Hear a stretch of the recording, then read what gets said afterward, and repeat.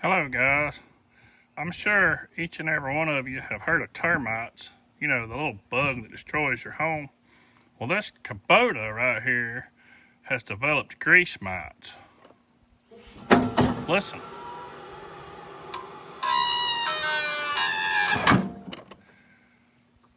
The common cure for grease mites is more grease, which this tractor needs dearly.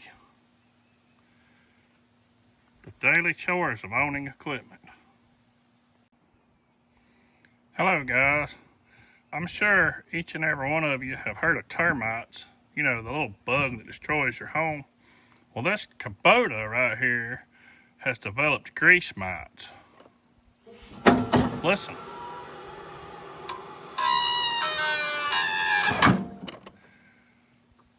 The common cure for grease mites is more grease, which this tractor needs dearly.